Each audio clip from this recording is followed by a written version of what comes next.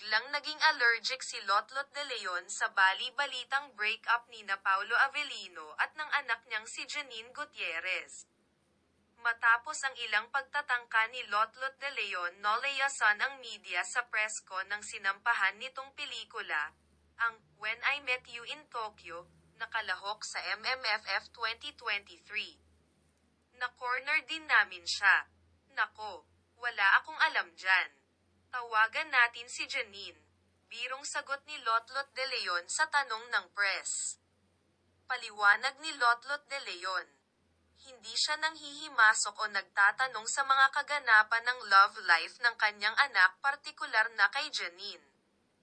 Hindi na ipinaliwanag pa ni Lotlot de Leon, lalo't alam naman ng lahat na independently living alone si Janine.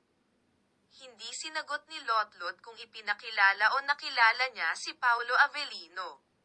Sabi niya, dati pa niyang nakilala ang aktor. Anyway, ginagampanan ni Lotlot de Leon ang papel sa When I Meet You in Tokyo, bilang nanay ni Darren Espanto, naka-love team ni Cassie Legazpi. Ipalalabas ang pelikulang ngayong December 25 bilang isa sa mga entry ng Metro Manila Film Festival.